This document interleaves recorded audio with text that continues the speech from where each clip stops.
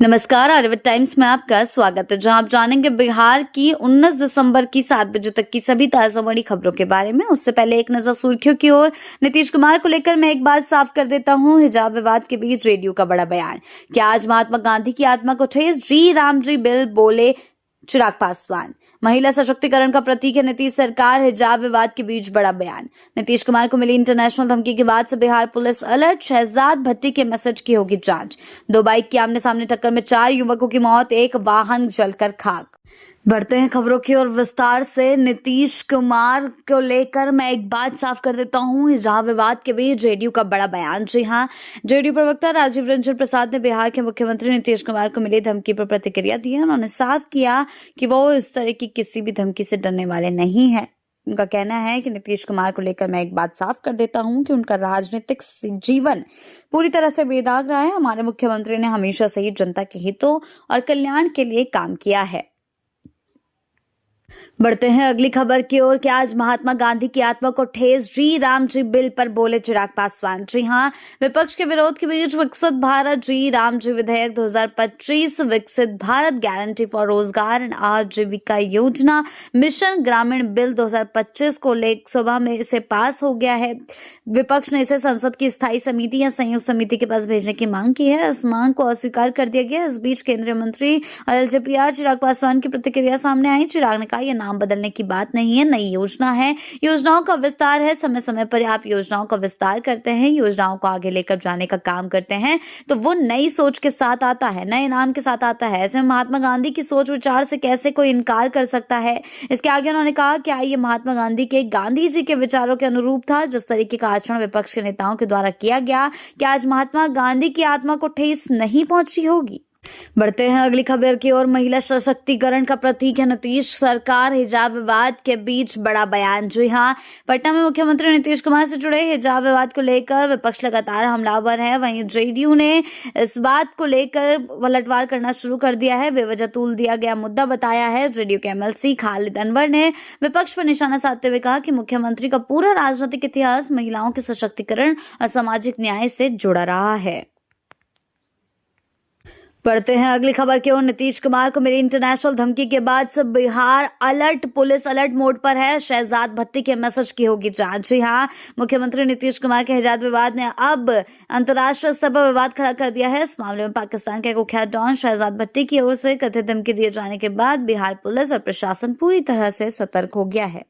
बढ़ते हैं अगली खबर की ओर। 2 बाइक के आमने सामने टक्कर में 4 युवकों की मौत, 1 वाहन जलकर खाक। जी हां, रोहतास जिले से बुधवार की शाम एक दिल दहला देने वाली सड़क दुर्घटना की खबर सामने आई है। जिले के आयार कोठा थाना क्षेत्र अंतर्गत राव मुना मोड़ पे समीप 2 बाइकों के आमने सामने टक्कर में 4 युवकों की घटनास्थल पर ही मौत हो गई। हादसा इतना भयावह था कि टक्कर के बाद एक बाइक में आग लग गई और वह पूरी तरह जलकर खाक हो गई।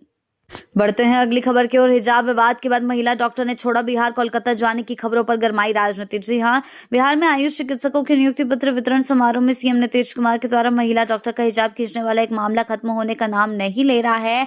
एक कोलकाता की न्यूज वेबसाइट के द्वारा दावा किया जा रहा है कि महिला डॉक्टर नुसरत परवीन बिहार में काम नहीं करेगी। जानकारी के अनुसार लोगों द्वारा दावा किया जा रहा है कि वो परिवार के साथ कोलकाता चलेगी। हालांकि इन खबरों को स्वास्थ्य मंत्री मंगल पांडे ने खारिज कर दिया है। उन्होंने कहा है कि इस तरह कोई सूचना हम लोगों को नहीं दी गई कि वह यहां काम नहीं करेगी।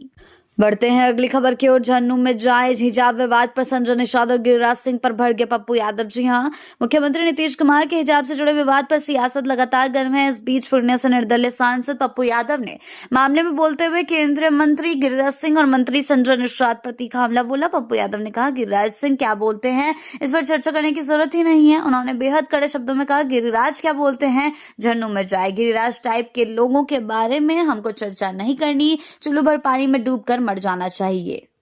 बढ़ते हैं अगली खबर की ओर। बेटी बहू समझकर सीएम ने ऐसा किया था। हिजाब विवाद में अब जीतन राम मांझी ने किया नीतीश कुमार का बचाव। जी हां, केंद्रीय मंत्री जीतन राम मांझी ने मुख्यमंत्री नीतीश कुमार से जुड़े हिजाब विवाद पर प्रतिक्रिया देते हुए विपक्ष के आरोपों को खारिज किया है। उन्होंने कहा कि मुख्यमंत्री द्वारा मुस्लिम महिला के चेहरे से हिजाब हटाने की घटना को गलत नजरिए से देखा जा रहा है और इसे धर्म से जोड़ना उचित नहीं है।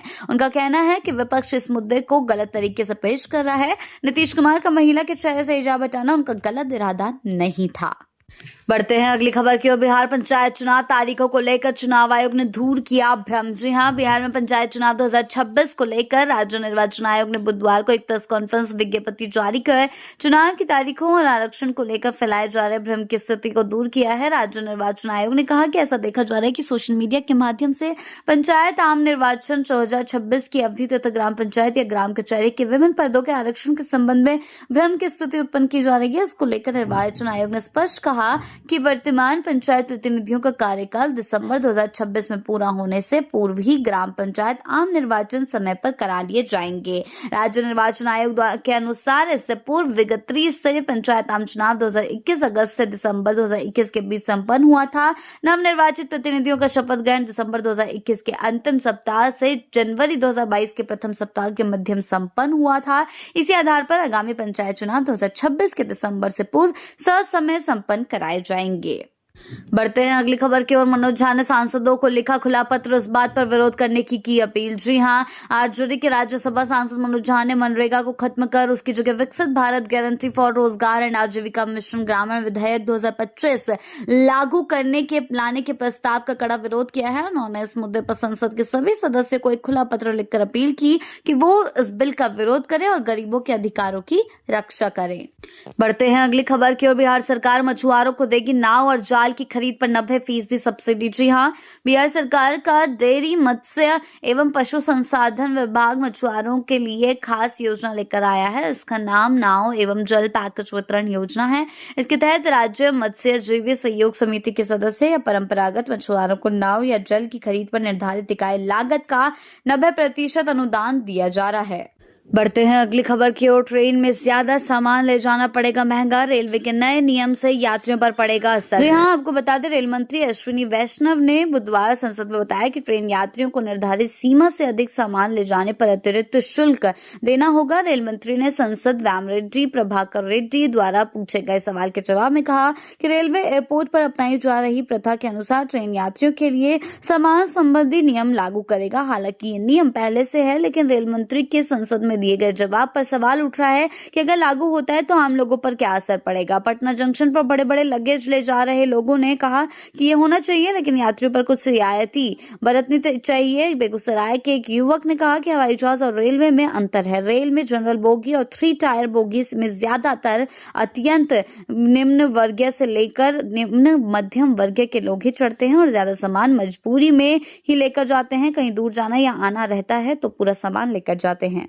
बढ़ते हैं अगली खबर की ओर। ड्राइविंग लाइसेंस में अब नहीं होगी देरी, अब सिर्फ इतने घंटे में कराया जाएगा उपलब्ध। जी हां, बिहार में ड्राइविंग लाइसेंस बनवाने की प्रक्रिया अब पहले से कई अधिक तेज और सुविधाजनक हो गई है। राज्य में अब ड्राइविंग लाइसेंस बनवाने के लिए ज्यादा समय नहीं लगेगा। परिवहन विभाग ने बड़ा फैसला लेते हुए निर्देश जारी किया है कि ड्राइविंग टेस्ट पास करने वाले योग्य आवेदकों को महज 24 घंटे के भीतर चिप रहित लैमिनेटेड ड्राइविंग लाइसेंस उपलब्ध कराया जाएगा। इस निर्णय से आम लोगों को लंबे समय इंतजार नहीं करना पड़ेगा और इंतजार से राहत मिलेगी।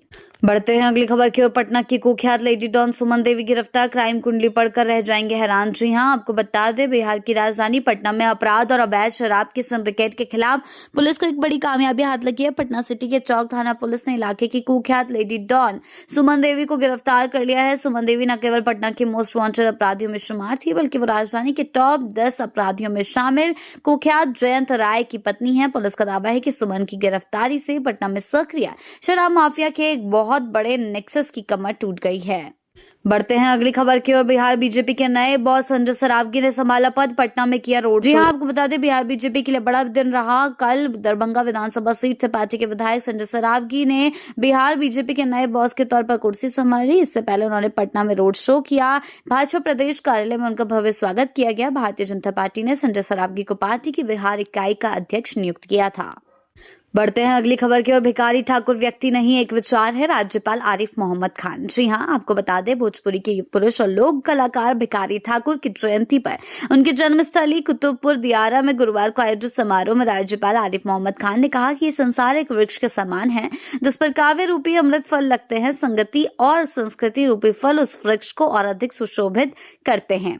साहित्य और कला ही मानव जीवन को सार्थक बनाते हैं। उन्होंने कहा कि भिखारी ठाकुर का साहित्य और रंग कर्म इतना व्यापक व्यापक और गहन है कि वो कला की सामाजिक सार्थकता को सिद्ध करता है। राज्यपाल ने कहा, आज हम यहाँ एक ऐसे महान लोक कलाकार, समाज सुधारक और भोजपुरी के युग पुरुष के सम्मान में एकत्र हुए जिनका नाम किसी परिचय का मोहताज नहीं। भोजपुरी के शेक्सपियर भिखारी ठाकुर, उन्होंने न केवल बिहार या देश में बल्कि पूरे विश्व में भोजपुरी भाषा और संस्कृति को पहचान दिलाई। बिहार की ऐसी ताजा बड़ी खबरों के लिए जुड़े रहें आर्यावर्त टाइम्स के साथ ही चैनल को सब्सक्राइब करना ना भूलें और हमारी फेसबुक और वेबसाइट के साथ भी जरूर जुड़े। ऐसी ही अपडेट्स के लिए जुड़े रहें आर्यावर्त टाइम्स के साथ ही चैनल को सब्सक्राइब करना ना भूलें और हमारी फेसबुक और वेबसाइट के साथ भी जरूर जुड़ें।